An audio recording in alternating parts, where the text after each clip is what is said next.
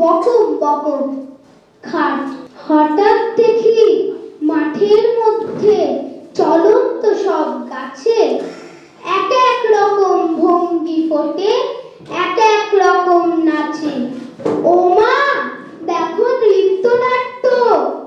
যেই বলেছি আমি, মা বকে দেয়, বড্ড তোমার বেড়েছে ফাজলামি। চিড়িয়াখানায় নাম জানো তো আমার সেজো মেশো? আদর করে দেখিয়েছিলে পশুরাজের কেশর।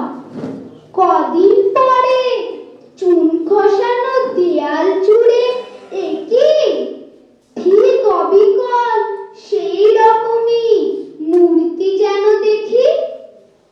ক্লাসের মধ্যে যেই বলেছি সুরঞ্জনার কাছে, জানিস আমার ঘরের মধ্যে সিংহ বাঁধা আছে।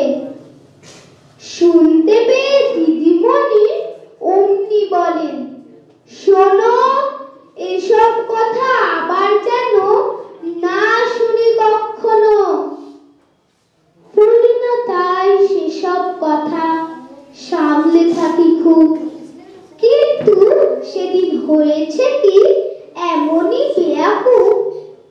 আকাশ পারে আবারও যে চোখ দিয়েছে আটকে, শরৎ মেঘে দেখতে পেলাম রবীন্দ্রনাথকে।